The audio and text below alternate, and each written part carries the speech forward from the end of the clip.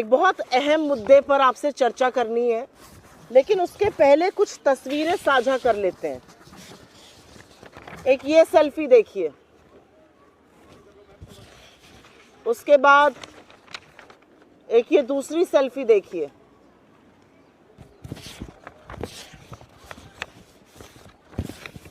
फिर एक तीसरी सेल्फी देखिए, एक चौथी भी लेकर आई हूं। इन सेल्फियों को देखने के बाद आपको कुछ और दिखाऊंगी। 10 नवंबर 2016 को इस देश के तमाम अखबारों में, अगर आप थोड़ा जूम इन कर पाएं, तो फ्रंट पेज पर, कवर पेज पर 10 नवंबर 2016 नोटबंदी के 2 दिन बाद एक बड़ा सा विज्ञापन कवर पेज पर छपा था। और आप लोग तो प्रबुद्ध मीडिया के साथ ही आप जानते हैं कि कवर पेज कितना महंगा होता है, लेकिन ये कवर पेज का विज्ञापन छपा था जिस पर मोदी जी को मजबूत निर्णय, नोटबंदी जैसे मजबूत निर्णय को लेने के लिए साधुवाद किया गया था। पेटीएम ने छापा था। ये वही पेटीएम है जो नरेंद्र मोदी जी के ऊपर एक पिक्चर बनी है, थोड़ी घटिया सी पिक्चर थी, कोई बात नहीं। उस पर 15% का कैशबैक देता है, 200 रुपए कैशबैक, जिसका जिक्र प्रधानमंत्री उत्तराखंड की अपनी रैली में करते हैं। तो ये सारी सेल्फी में जो व्यक्ति आपको दिख रहा है, तमाम वीडियो है उछल कूद करते हुए, डांस करते हुए, खुश होते हुए। ये वीडियो विजय शेखर शर्मा के हैं, जो पेटीएम के सीईओ हैं, जो पेटीएम के संस्थापक हैं, फाउंडर हैं। और इस तरह का साधुवाद देना, इस तरह की खुशी व्यक्त करना स्वाभाविक है, क्योंकि मोदी जी ने छप्पर फाड़ के उनको खुशियां देने का काम किया है। आप ये सोचिए कि जिस नोटबंदी ने अर्थव्यवस्था को अधिया दिया, जिस नोटबंदी ने हजारों लाखों एमएसएमईज बंद कर दिए, लोगों को बेरोजगार कर दिया, उस नोटबंदी को साल दर साल अपने लिए सबसे शुभ दिन मानने का काम करने वाले व्यक्ति विजय शेखर शर्मा है। उन्होंने अपनी कंपनी का आईपीओ भी 8 नवंबर को ही किया था, 2021 को। खैर, परेशान करने वाली बात यह है कि इस व्यक्ति और इसकी कंपनी के खिलाफ मनी लॉन्ड्रिंग जैसे गंभीर आक्षेप लगे हैं और गंभीर आरोप लगे, और ये विपक्ष ने नहीं लगाए, ये इस देश के भारतीय रिजर्व बैंक ने लगाए हैं। और उन अनियमितताओं के चलते उनके पेटीएम पेमेंट बैंक को प्रतिबंधित कर दिया गया है, पूरी तरह से बंद कर दिया गया है। ना वो टॉपअप कर सकते हैं, ना वो कुछ क्रय कर सकते हैं, ना वो जमा कर सकते हैं पैसा। 29 फरवरी से पेटीएम पेमेंट बैंक पूरी तरह बंद हो जाएगा। आपकी जानकारी के लिए सारी कार्रवाई आरबीआई ने अपने अधिनियम 35A के तहत की है। तो ये वो व्यक्ति है जो प्रधानमंत्री के बेहद करीबी हैं। ये वो व्यक्ति हैं जिनके बारे में प्रधानमंत्री अपनी चुनावी रैली में जिक्र करते हैं, तमाम सेल्फी खिंचाते हैं। आप सब जानते हैं, प्रधानमंत्री की तस्वीर को अगर आप किसी अखबार में इस्तेमाल करते हैं विज्ञापन के लिए, तो आपको पीएमओ की संस्तुति चाहिए होती है। तो ये बहुत करीबी है प्रधानमंत्री के, बहुत चहेते हैं, बहुत लाडले हैं। और अब ये मनी लॉन्ड्रिंग जैसे आक्षेपों से घिरे हुए हैं। और ऐसा नहीं है कि ये गाज एकदम से गिर गई है, क्योंकि अगर खबर देखिए और रिपोर्टर्स जो आप ही लोग लगा रहे हैं, उनके मुताबिक 2017 में लाइसेंस मिलने के 1 साल के अंदर गंभीर घपले शुरू हो गए थे और आरबीआई ने बार बार दंडित करने का भी काम किया। कभी जमाकर्ताओं पर रोक लगी, कभी जुर्माना लगा 6-6 करोड़ रुपए का, तमाम चीजें हुई। लेकिन उस दौरान भी, उसके बावजूद भी प्रधानमंत्री इनकी पैरवी करते रहे, इनका प्रचार प्रसार करते रहे। कुछ बातें जिन पर इनको यह सजा सुनाई गई है उसका उल्लेख कर देती हूं। खबरों के मुताबिक आरबीआई ने 35 करोड़ पेमेंट बैंक के जो वॉलेट थे उसका निरीक्षण किया। उसमें से 31 करोड़, 35 करोड़ का निरीक्षण किया, 31 करोड़ निष्क्रिय पाए गए। पैन कार्ड, एक एक पैन कार्ड हजारों नंबरों से जुड़ा पाया गया। लाखों खातों का केवाईसी नहीं हुआ था। मनी लॉन्ड्रिंग की संभावनाएं इसी से उजागर हुई। बैंक द्वारा लगातार झूठी अनुपालन रिपोर्ट देती जाई गई और जो ग्रुप 197 कंपनी का नाम है, लेकिन पेटीएम की जो ग्रुप कंपनीज हैं उसमें आपस में जो घपला था, उसके चलते आरबीआई ने ये बड़ा कदम उठाया। यहां पर दो चीजों की बात करनी जरूरी है, क्योंकि पेटीएम पर पहले भी अपने डेटा को भारतीय जनता पार्टी के साथ साझा करने का गंभीर आरोप लग चुका है।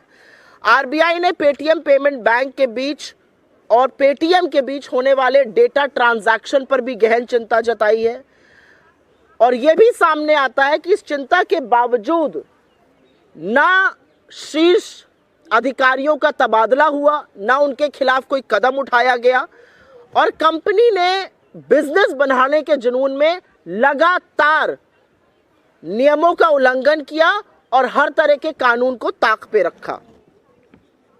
शायद वो कहावत है हमारी तरफ, कहते हैं जब सैया भय कोतवाल तो डर काहे का। मोदी जी साथ में हैं, उनके साथ सेल्फी खींच रही हैं, वो प्रचार प्रसार आपका इलेक्शन रैली में कर रहे हैं, तो डरने की क्या बात है इन लोगों को। खैर, एक और चिंता जो आरबीआई ने जताई वो पेमेंट बैंक की शेयर होल्डिंग को लेकर है।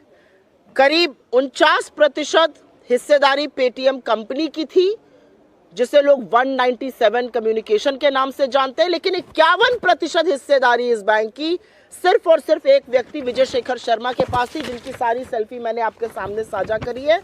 और ये एक बहुत चिंता का विषय है, क्योंकि इससे ये साफ होता है कि एक व्यक्ति जिस तरह का भी निर्णय चाहे वो कर सकता था।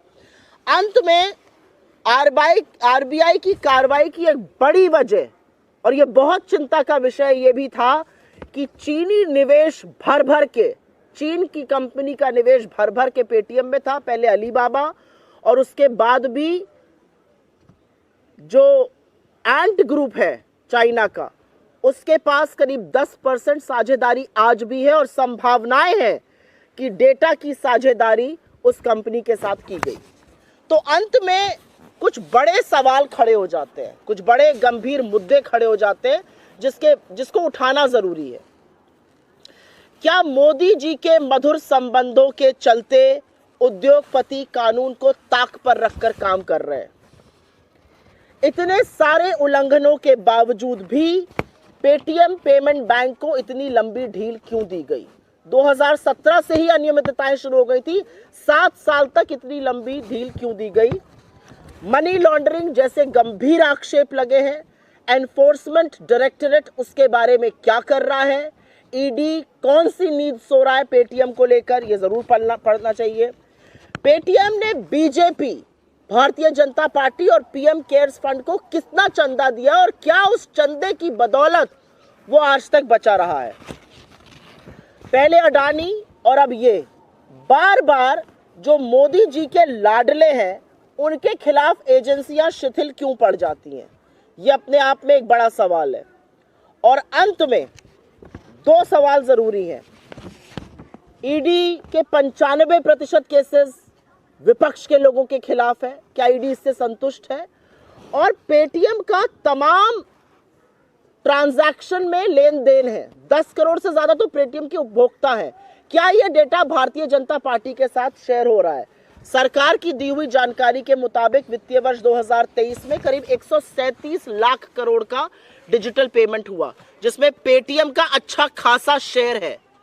क्या ये दावे के साथ कहा जा सकता है कि ये डेटा गोपनीय है, ये डेटा सुरक्षित है, या इसकी ब्रीच हुई है? ये बहुत सारे प्रश्न हैं। पेटीएम का स्टॉक लगातार गिर रहा है, माइनॉरिटी शेयर होल्डर्स इससे आहत हैं, पर सबसे बड़ा सवाल यह है कि जिस कंपनी पर मनी लॉन्ड्रिंग जैसे गहन आरोप इस देश के banking regulator reserve bank of India ने लगाए हैं, वो किस तरह से खुला घूम रहा था और प्रधानमंत्री उसका प्रचार प्रसार और पैरवी क्यों कर रहे थे? आज ये सवाल उठना भी जरूरी है और इसका जवाब भी आना जरूरी है। I will very briefly make a statement in English on this. I have already shared multiple pictures here of selfies, of newspaper ads, of cash return as far as the Modi movie is concerned. If you remember, in Uttarakhand, the Prime Minister spoke about 15% cashback up to 200 rupees on a movie that was made on him if you bought the tickets through Paytm. There are multiple selfies that have been clicked. There is an entire newspaper ad here which was put out on the 10th of November, 2 days after demonetization was announced. In all leading dailies, Paytm thanked Mr. Modi for bold decisions. So here is Vijay Shekhar Sharma, who is a huge beneficiary of demonetization, known to be extremely close to the Prime Minister, and whose Paytm Payment Bank has now been banned by the Reserve Bank of India. But the trouble did not happen all of a sudden. The trouble had been going on for a while, and the reality is that the Paytm Payment Bank was found to be flouting rules from the time it was conceptualized, from the time it got a banking license. There are various things that the RBI found out. 35 crore Paytm banks and wallets were probed. 31 crore of them were found to be not operational. KYC was not done. Questions of money laundering have arisen. PAN cards were attached to thousands of accounts at the same time.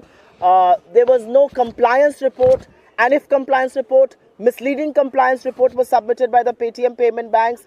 The relationship between Paytm and Paytm Payments Bank and various group companies has come to fore. So these are very, very serious allegations, including the one about money laundering. The reality also is that nothing concrete was done by the management as far as these irregularities was concerned. The reality also is that RBI has raised questions about the shareholding of Paytm Payment Bank. 51% of that shareholding rests with one individual. It raises questions on decision making. And last but not the least, the Chinese investment and the possibilities of data having shared with Chinese companies as far as Paytm is concerned has raised a huge cause of concern. But the questions that arise out of this are multiple, and these questions deserve answers. Is the country and our people roughshodding? Are people close to Mr. Modi roughshodding over law and order, over regulations of the RBI because of their seeming closeness and their closeness with the ruling regime, especially Mr. Modi? Why was Paytm Bank given such a long rope? The reality is it came to fore that there were all kinds of non-compliance from 2017 onwards. Money laundering is a very serious probe and a very serious allegation that has been leveled against Paytm. What is ED doing about it? How much money has Paytm given to BJP and to PM CARES Fund?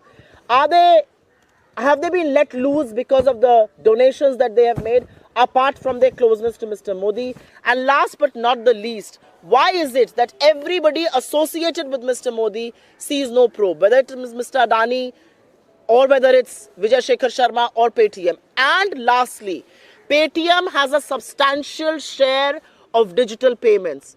Can one put their hand on their heart and say that data has not been breached, data has not been leaked to the government, to the BJP and to the Chinese partners? These are some very substantial questions, and I think one deserves to know what the government of India is doing about it. One question I would like to ask is, if ED has found the time from probing 95% opposition leaders, maybe it needs to begin talking about Paytm and the money laundering charges there as well.